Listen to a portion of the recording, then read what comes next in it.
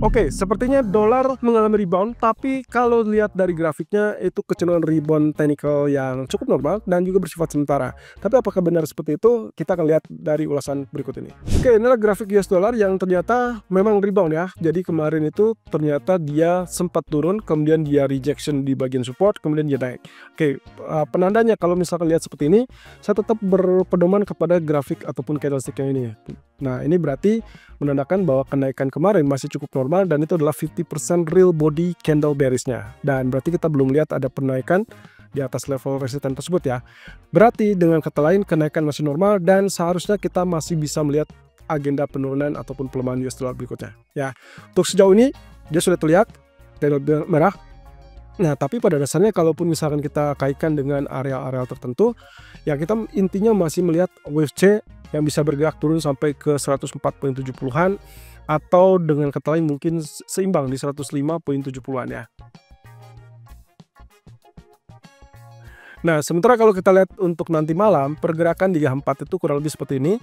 Nah, Anda bisa lihat ya, areal-areal yang sudah kita tandai bersama kemarin ternyata betul ya, terjadi penurunan dan trendline-nya oke, trendline kemarin kita gunakan di sini ya. Oke, saya gariskan lagi potensinya supaya terlihat lebih jelas. Nah, Anda bisa perhatikan arealnya masih tetap sama, jadi kenaikan pun masih tetap berada di bawah garis. Jadi benar posisinya untuk tren masih diarahkan penurunan. Nah, tapi bisa juga gini teman-teman. Ini yang juga harus kita pantau ya. In case ternyata terjadi momentum untuk pembalikan arah ataupun reversal dari US dollar. Oke, saya gunakan garis bawahnya support trend line dan ini berarti kita menandakan ada pola atau pembentukan pola, potensinya adalah falling wedge. Falling wedge seperti Anda lihat sini, kalau saya hitung 1 2 kemudian ini 3, berarti inilah keempat. Lalu kemudian nanti kita harapkan ini penurunan yang kelima ya. Artinya andai kata dia terjadi penurunan, maka ini penurunan yang maksimal ataupun mungkin ujung dari penurunan sampai akhirnya nanti dia dapat trigger untuk berbalik arah ya. Tapi untuk sementara waktu bisa saja ini adalah wave 5 ya atau hitungan kelima. Nah, jadi kita masih tetap pantau apakah terjadi penurunan di bawah 1600 atau sudah selesai. Kalau sudah selesai berarti yang agak kritikal atau agak berbahaya di situ adalah terkait dengan kemungkinan penurunannya hanya sesaat di situ, lalu kemudian dia rebound dan akhirnya berbalik menguat ya, dan ini harus kita waspadai. Well, apapun itu sebetulnya intinya adalah reversalnya secara teknis itu masih cukup wajar ya, karena bukan terkait dengan perubahan tren ataupun sentimen pasarnya, melainkan hanya bersifat technical yang cukup wajar setelah penurunan beberapa hari. Nah, di grafik US Treasury terlihat seperti ini. 1, 2, 3, 4, 5. Ini adalah hari kelima yang kecenderungannya memberikan indikasi tetap turun. Oke, areal RC abu-abu saya pindahkan kurang lebih sampai sini. Nah, ini akan menjadi areal resisten yang cukup penting untuk ke depan. Apakah dia terjadi penurunan atau kenaikan lebih melesat di atasnya. Selama dia tetap berada di areal atau di bawah areal ini, harusnya kita dapatkan penurunan lebih lanjut ya. Wave C masih diperkirakan turun di bawah 4,3% dan kita cek lagi di grafik keempatnya. Kalau misalnya kita lihat ini pergerakannya kurang lebih seperti ini. Oke, berarti masih tetap sesuai ya. Jadi kemarin juga kita sempat singgung terkait dengan potensi head and shoulder ya. Kalau lihat dari sini, nah ini kemungkinannya. Nah ini berarti sudah break ya, karena neckline-nya berarti akan ada di sini ya. Dan itu sudah betul, kemarin itu ternyata terjadi rebound ataupun reverse, tapi dia hanya pull up sementara, kemudian dia tertahan dan kelanjutan penurunan. Berarti target penurunannya masih ada. Nah, kuncinya adalah selama US Treasury tetap turun, maka apa yang terjadi pada US dollar bisa diabaikan atau tidak perlu dikhawatirkan. Artinya, untuk emas nanti kemungkinan akan menolong pergerakan berikutnya. Dan berarti US Treasury turun, emasnya masih bisa untuk menaikan. Dan kembali lagi, penjelasannya adalah paling maksimal ini berarti kondisi safe haven antara dolar dan emas itu saling keterkaitan. Ya, atau dalam kata lain bergerak searah. Nah, kalau kita perhatikan dari crude oil, saya masih melihat ini potensi untuk sell-nya masih cukup kuat. Jadi seperti yang kemarin kita jelaskan di live streaming, bahwasannya kenaikan itu adalah pull back atau pull up, menguji kembali resisten awal ya, setelah penembusan dari bearish flag, ini resisten flag ya. Maka kemungkinan yang akan kita harapkan nanti berikutnya adalah penurunan lebih lanjut. Sehingga itulah yang membuat kenapa kami masih menyarankan untuk lakukan sell. Adanya tetap sudah ada 7100 ataupun 7120. Kalau misalkan ternyata dia gagal tembus 74.40, hati-hati teman. kemarin low-nya adalah 70.00. Jadi kalau misalkan tembus 70.40 atau 70.00 itu adalah sinyal yang cukup bagus yang kita nantikan ke area 68. Tapi kalau dia gagal tembus 70, maka hati-hati di area ini mungkin kita akan dapatkan perlawanan sebagai mini double bottom, dan itu akan berbahaya. Apalagi kesempatan kedua kalau dia naik di atas 72 ataupun bahkan di atas 73 ya, 7300, berarti itu akan memberikan indikasi pembalikan arah ataupun reversal. Ya, kondisi untuk saat ini posisi dari perdamaian ataupun perjanjian antara Rusia dan Ukraina masih cukup terbuka, dan dikatakan oleh Donald Trump akan terjadi kesepakatan dalam beberapa minggu ke depan.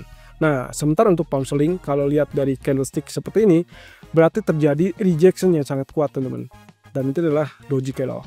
Artinya untuk hari ini kita kecenderungannya mengincar zona sell, dan di grafik 4 terlihat seperti demikian.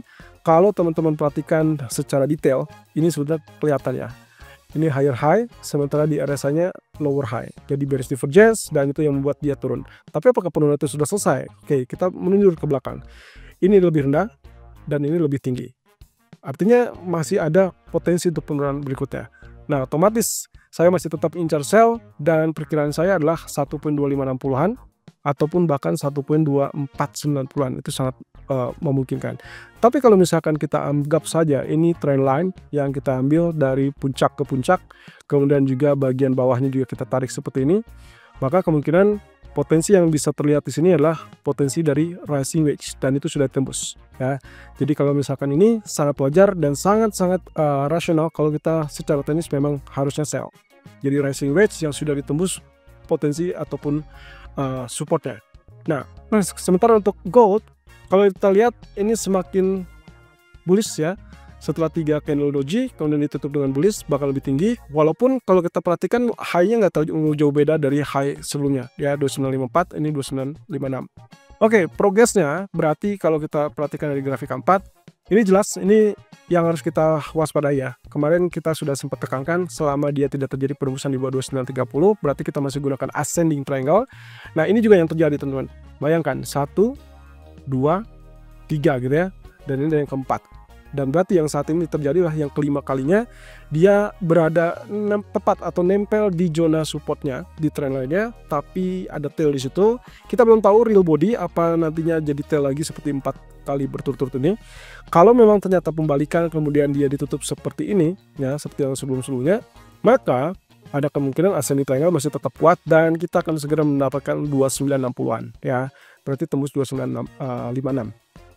Nah, tapi kalau ternyata yang kita perkirakan ini malah dia turun, katakanlah next candle-nya tetap berada di bawah ya, berarti real body tetap di bawah, dia akan tetap turun. Nah, saran saya Anda bisa gunakan areal 2931, itu adalah areal penurunan kemarin ya di malam hari, atau areal 2920-an. Itu adalah zona buy kita. Atau yang paling aman adalah di zona orange ini. Kenapa? Karena cukup dekat dengan support dari trendline berikutnya, dan ini akan menjadi areal demand yang lebih kuat. Jadi kalau misalkan Anda lihat di sini masih ada kemungkinan membentuk candle seperti sebelumnya ya, artinya tailnya saja yang muncul di bawah tapi real bodinya tetap di atas, berarti Anda boleh buy, dan itu masih tetap menggunakan 2930, 2935. Tapi kalau tidak, berarti kita anggap incarannya adalah zona orange. Di grafik H1 pun sama. Nah, ini yang membuat kenapa saya berpikir bahwa hari ini kita mengincar zona koreksi yang tadi malam, dan ini sudah masuk ke zona koreksinya. So, apakah sudah boleh buy? Secara technical, yes, harusnya ini secara technical sudah layak untuk akan buy, meskipun targetnya mungkin nggak terlalu muluk-muluk ya. Untuk yang paling memungkinkan adalah 2950 atau 2954. Tapi kalau misalkan Anda pasang di sini, Anda harus menggunakan stop loss di bawah 2930. Untuk apa? Untuk mengantisipasi kalau muncul 2920 ataupun 2918. Nah, switch strategi menjadi sell hanya layak dilakukan kalau 61,8 di 2915 itu betul-betul tembus. Selama dia tidak tembus 2915, berarti Anda masih tetap lakukan buy dengan asumsi bahwa yang terjadi saat ini adalah bullish rectangle. Dan itu berarti kemungkinan untuk kecenderungan untuk break area high kembali itu sangat terbuka. Tapi waspada, karena dolar masih juga bisa terjadi kenaikan untuk sementara waktu.